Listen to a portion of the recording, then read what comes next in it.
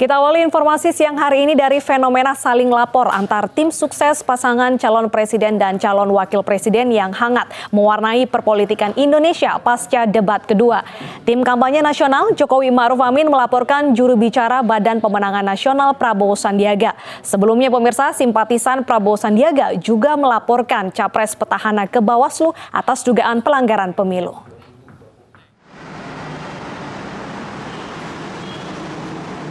Tim Advokat Indonesia bergerak melaporkan capres petahana Joko Widodo ke Bawaslu atas tuduhan pelanggaran pemilu. TAIB menuding Jokowi menyerang capres 02 secara pribadi saat debat kedua 17 Februari lalu.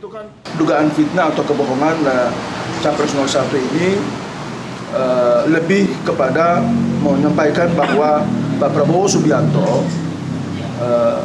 mempunyai atau punya lahan atau kepemilikan tanah seluas 2.200 hektar di Kalimantan Timur dan 120.000 hektar lagi di Aceh Tengah. Itu adalah sebuah statement yang menyerang personal. Jokowi juga dilaporkan ke Bawaslu oleh perwakilan aktivis Koalisi Masyarakat Anti Hoax atas dugaan menyebarkan hoax pada debat kedua hari Minggu lalu. Jokowi telah memberikan keterangan palsu, antara lain misalnya tentang impor jagung yang menyatakan 180.000 ton, padahal menurut data dari BPS 700-an ribu. Jadi bedanya jauh sekali. Itu kan palsu itu.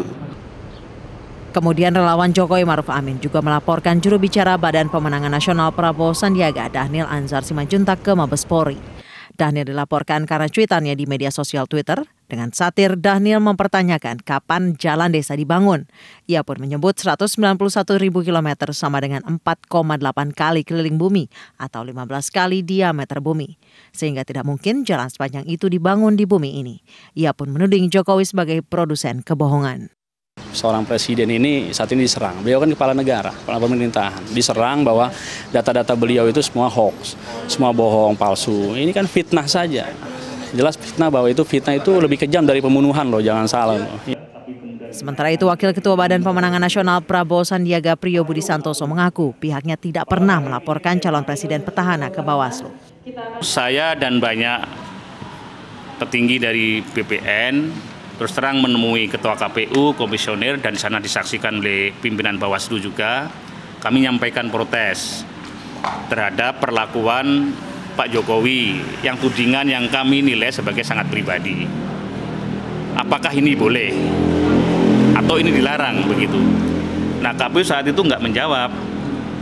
Ketua KPU menyampaikan, Mas Priyo, biarkan nanti pada saatnya kami rapat dengan Bawaslu dan Bawaslu akan merapatkan ini. Akan halnya mengenai laporan kemarin, terus terang kami belum tahu, mungkin itu inisiatif dari beberapa elemen masyarakat, ya nanti akan kita cek seperti apa.